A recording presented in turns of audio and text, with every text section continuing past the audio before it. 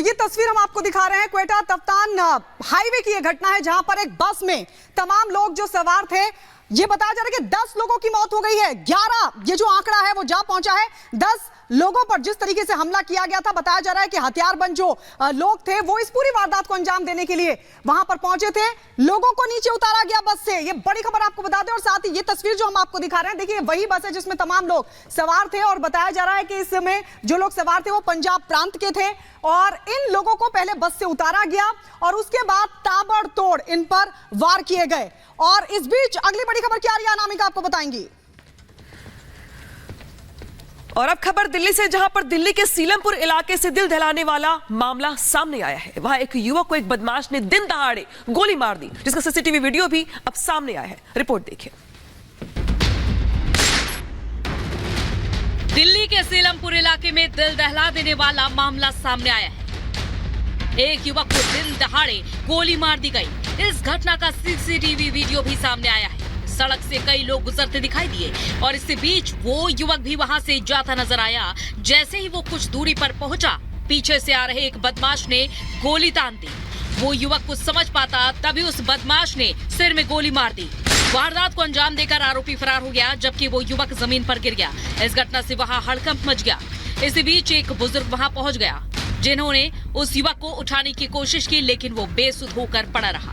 देखते ही देखते लोगों की भीड़ वहां पर जमा हो गई और उसके बाद उस युवक को अस्पताल ले जाया गया, जहां उसकी हालत गंभीर बनी हुई है। घटना की जानकारी मिलने के बाद पुलिस ने आरोपी के खिलाफ केस दर्ज कर उसकी तलाश शुरू कर दी है। पुलिस ने 7.65 mm की बुलेट बरामद की है।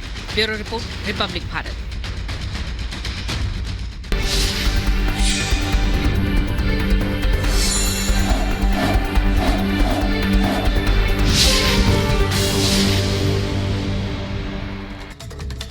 और अब हैदराबाद की सियासत से जुड़ी बड़ी खबर आपको बता दें। माधवीलता जो ओवैसी को टक्कर दे रही है, उन्होंने ओवैसी पर बयान दिया और कहा कि मैंने धर्म पर नहीं बल्कि ओवैसी पर बयान दिया, क्योंकि उन्होंने धर्म को लेकर, श्री राम को लेकर उन्होंने टिप्पणी की थी। अब वक्त बैठने का नहीं है। माधवीलता ने यह बड़ा बयान दिया है ओवैसी पर और साथ ही ये भी कहा कि मैंने धर्म पर नहीं ओवैसी पर बयान दिया था।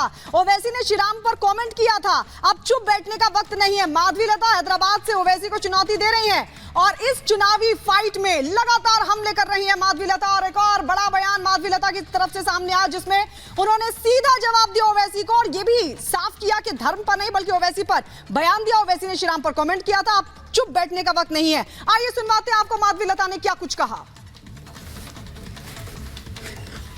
लिबास से नफरत है, मेरी दाढ़ी से नफरत है, टोपी से नफरत है, हिजाब से नफरत है, मेरे खाने से नफरत है, तो आपको मेरी वजूद से नफरत है। मगर हैदराबाद की आवाम नफरत को कामयाब नहीं करेगी, मोहब्बत को। जब असदुद्दीन जी ने रामचंद्र जी और रामचंद्र के माता जी के ऊपर कमेंट किया था, तो वह बहरा होकर कमेंट करे थे। क्या समस्या है वो कि हम चुप बैठेंगे? जब बतकम्मा के ऊपर जब उसने कमेंट किया था, क्यों कमेंट किया उसने? आज इतना भड़क रहे हैं। हम असदुद्दीन के ऊपर कमेंट करें, लेकिन वो हमारे रामचंद्र के ऊपर कमेंट करें। वो याद नहीं है जो भाइयों दोनों मिलकर कमेंट करें। अब चुप बैठने का वक्त नहीं है। हम इस्लाम पे कमेंट नहीं कर रहे, हम असदुद्दीन के बारे में कमेंट कर रहे हैं हम लोग।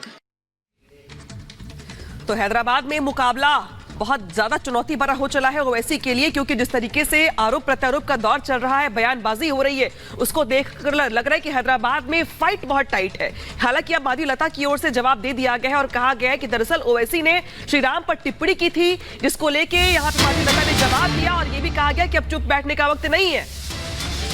और इस बीच एक और बड़ी खबर आपको बता दें। बोगस वोटर्स के आरोपों पर बोले ओवैसी, ये आरोप निराधार हैं। ओवैसी ने कहा कि आम चुनाव आयोग पर सवाल खड़े कर रहे हैं, आप चुनाव आयोग पर सवाल खड़े कर रहे हैं, वोटर्स की लिस्ट वही फाइनल करता है। माधवीलता ने लगाए थे बोगस वोटिंग के आरोप। लिस्ट ये कहा था कि बोगस वोटिंग लिस्ट दरअसल उसका इस्तेमाल कर ही ओवैसी जीतते हैं, इस तरह का आरोप माधवीलता की तरफ से लगाया गया था। इस पर ओवैसी ने क्या जवाब दिया है वो भी सुनिए। माधवीलता जी आरोप करते हैं कि आपके ऊपर, आपके यहाँ असेंबली पार्लियामेंट में तो तकरीबन 6 लाख से ज्यादा बोकस वोट है, जिसकी वजह से आराम से अब हर वक्त 3 लाख वोटों से जीतते हैं। ऐसा है, देखिए, आपको समझने की जरूरत है कि हर साल जनवरी में नामों का इंक्लूजन होता है, उसके बाद लिस्ट आती है इलेक्शन कमीशन ऑफ इंडिया की तरफ से, मैं उसको हेड नहीं करता हूं। फिर हर एक को एक टाइम दिया जाता है कि वो ऑब्जेक्शन दाखिल करे, उसकी टाइम खत्म हो जाने के बाद फाइनल वोटर लिस्ट आती है। फिर इलेक्शन से पहले एडिशनल एंड डिलीशन की लिस्ट आने वाली है। अब आप बताइए इससे मेरा क्या रोल है? और आप इलेक्शन कमीशन ऑफ इंडिया को आप गाली दे रहे हैं, इसका मतलब? तो ये ऐसा है, हर पार्टी आती है और चुनाव से पहले इस तरह की बात करते हैं, मगर रियलिटी तो कुछ और ही है। और इस तरह की बात करने से आप हैदराबाद की इलेक्टोरेट को, जिसमें बैकवर्ड क्लास के हमारे भाई हैं, दलित भाई हैं, अल्पसंख्यक समाज, मुसलमान हैं, क्रिश्चियन हैं, उनकी आप तौहीन कर रहे हैं कि वो निकल कर वोट डाल रहे हैं और उनकी वोट की वजह से सब पार्टीज को वोट मिल रहे। और पहली बार ओवैसी जी को जब 5,13,000 वोट मिले हैं, 15,000 वोट मिले हैं, मुझे पहले ये आपको साफ करने दीजिए, बताने दीजिए कि यहाँ पे आधा से ज्यादा बोगस वोट्स है और हम अब की बार पूरा प्रयास कर रहे हैं। अभी देखिए, जब ये इलेक्शंस साफ और न्यायबद्ध होंगे तो उनके जितने भी बोगस वोट्स है वो थोड़ी डाल पाएंगे। जब वो बोगस वोट्स नहीं डालेंगे तो आप देखेंगे हम लोग तकरीबन 2 लाख से आगे बढ़ चुके होंगे उनसे भी। तो आरोप प्रत्यारोप की राजनीति के बीच एआईएमआईएम अध्यक्ष असदुद्दीन ओवैसी को हैदराबाद में इस बार कड़ी टक्कर देखने को मिल रही है। बीजेपी प्रत्याशी माधवी लता लगातार ओवैसी पर हमलावर हैं।